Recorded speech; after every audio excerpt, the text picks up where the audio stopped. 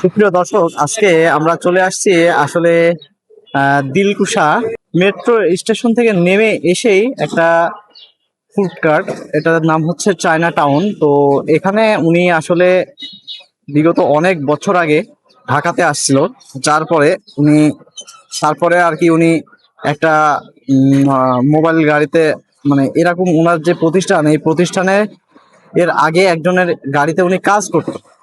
আসলে সেখান থেকে চাকরি ছেড়ে আর কি আজকে উনি নিজে উদ্যোক্তা হয়ে উঠেছে। যদিও আজকে ওনার ভাষ্যমতে ওনার ব্যবসার এখন হালত খুব একটা ভালো না, তবে এই ব্যবসা করে উনি কিন্তু মোটামুটি ওনার সংসারের খরচ মাসে 40 থেকে 50 হাজার টাকা অনায়াসে ওনার খরচ বহন করতে পারছে। তো আমরা তার মুখে থেকেই শুনবো তার ব্যবসার ইতিহাস এবং তার জীবনের গল্প। আসসালামু আলাইকুম, কেমন আছেন? ওয়ালাইকুম আসসালাম রহমতুল্লাহ। আলহামদুলিল্লাহ ভালো আছি। আচ্ছা, আপনার নাম কি? মোহাম্মদ দবিরুল ইসলাম। ও, গ্রামের বাসা বা নিজ জেলা কোথায় আর কি?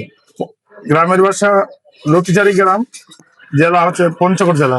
আপনি এই যে কত সালে ঢাকা শহরে আসেন, এই ঢাকা শহরে আসেন কত সালে? আমি 1997 সালে ঢাকা চলে আসছি। ঢাকায় আসার আগে আপনি কি কাজ করতেন? ঢাকা শহরে আসার আগে আমি এরকম মোবাইল খাবারের গাড়িতে জব করতাম। ঢাকায় এসে আপনি সর্বপ্রথম কি কাজ শুরু করেন?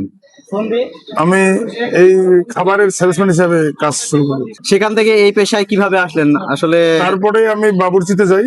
বাবুর্চিতে আসে যখন আমার কোম্পানির দোকান বন্ধ হয়ে যায়, মোবাইল গাড়িগুলো চায়না টাউন, তখন আমি নিজেই দোকান দিই। বর্তমানে আপনি যে ব্যবসায়, যে খাবারের ব্যবসায় নিয়োজিত আছেন, সেটি কত টাকা, প্রথম পুঁজি কত টাকা ছিল এটার, এই ব্যবসার আপনার বর্তমান যে ব্যবসা, এই ব্যবসার পুঁজি কত টাকা ছিল?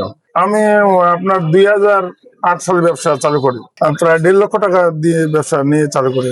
বর্তমানে এই ব্যবসার যে দৈনিক বিক্রি বা সেল, এটা কত টাকা কি হয়? প্রত্যেকদিন বিক্রি বা মাসিক সেল কেমন হয় বিক্রিটা?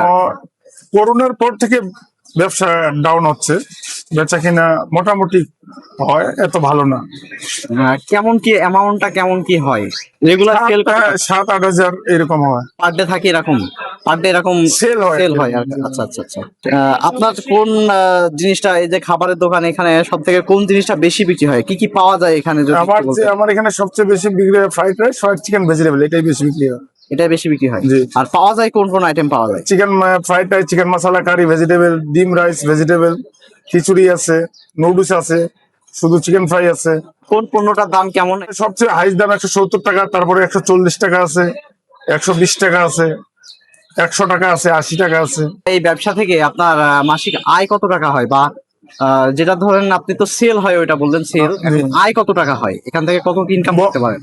বর্তমানে ব্যবসার লস হচ্ছে। তারপরও কত কি হচ্ছে এটা একটা, মানে আমার মাসিক খরচ আছে প্রায় 40 হতে 50 হাজার টাকা। এটা কোনো মতে আসে আর কি, কোনো মাসে আসে না, কোনো মাসে আসে। এই ব্যবসা নিয়ে আপনার ভবিষ্যৎ পরিকল্পনা কি আছে?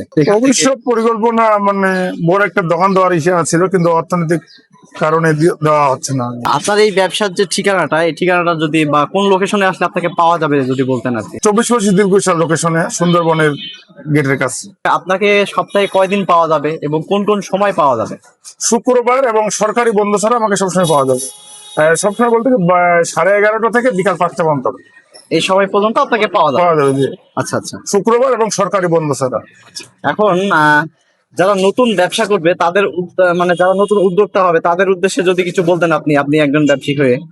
আসলে বর্তমানে আমার মতো ব্যবসা অনেক হয়ে গেছে, নতুন ব্যবসা, এই জন্য ব্যবসা এত মানে বেনিফিট আসতেছে না। যারা দোকান ধরছে তারা বলতেছে যে ব্যবসা আগের মতো নেই। আপনার কন্ট্যাক্ট নাম্বারটা আপনি একটু বলেন।